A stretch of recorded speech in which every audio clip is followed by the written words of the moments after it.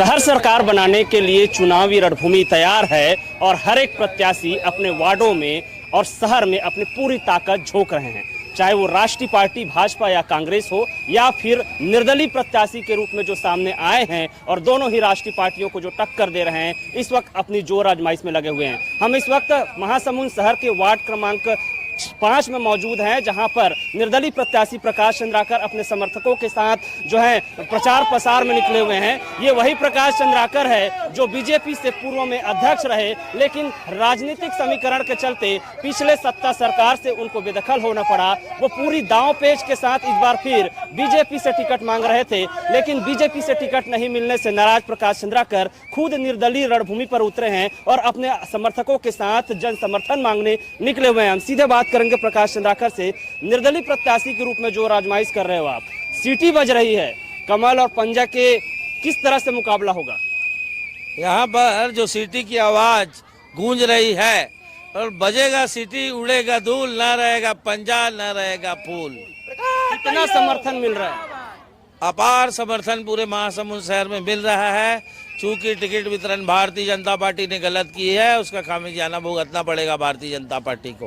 आप बीजेपी से कद्दावार नेता रहे हैं, पूर्व अध्यक्ष भी रहे हैं, क्या ऐसा कार्यकाल था आपका जिसको लेकर आप लोगों के बीच जा रहे हैं?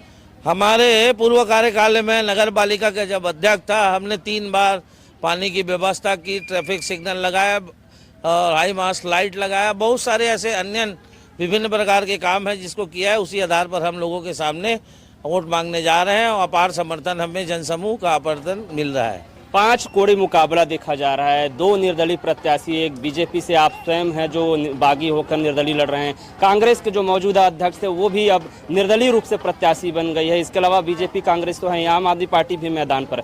कितना मुकाबला मानते हैं?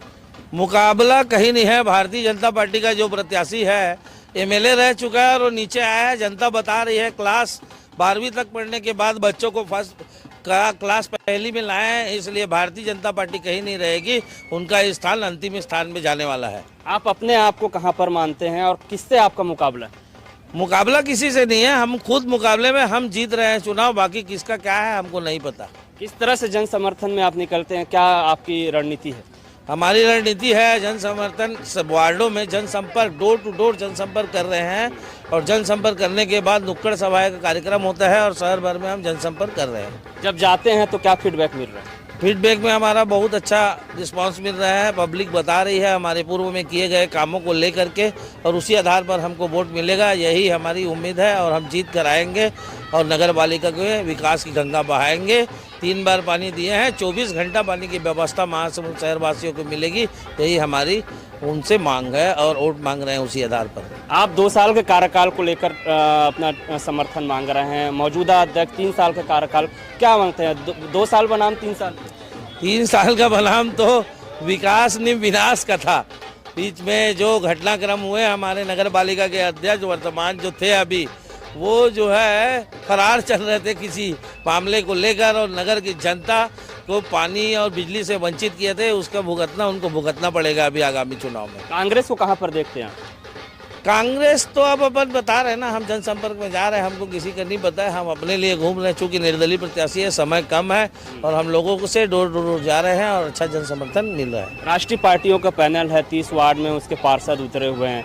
आपने अपना पैनल बनाया निर्दलीय रूप से? कोई पैनल नहीं बनाया। 2014 में भी हमने निर्दलीय लड़ा था और कांग्रेस और पंजा इसी सीटी छाप में हम लड़े थे 2014 का चुनाव और कांग्रेस और पंजा तीसरे और चौथे में थी और वहीं पर फिर रहने वाली है ये दोनों पार्टियां, ऐसे लग रही है। क्या कहना चाहेंगे शहर की जनता को?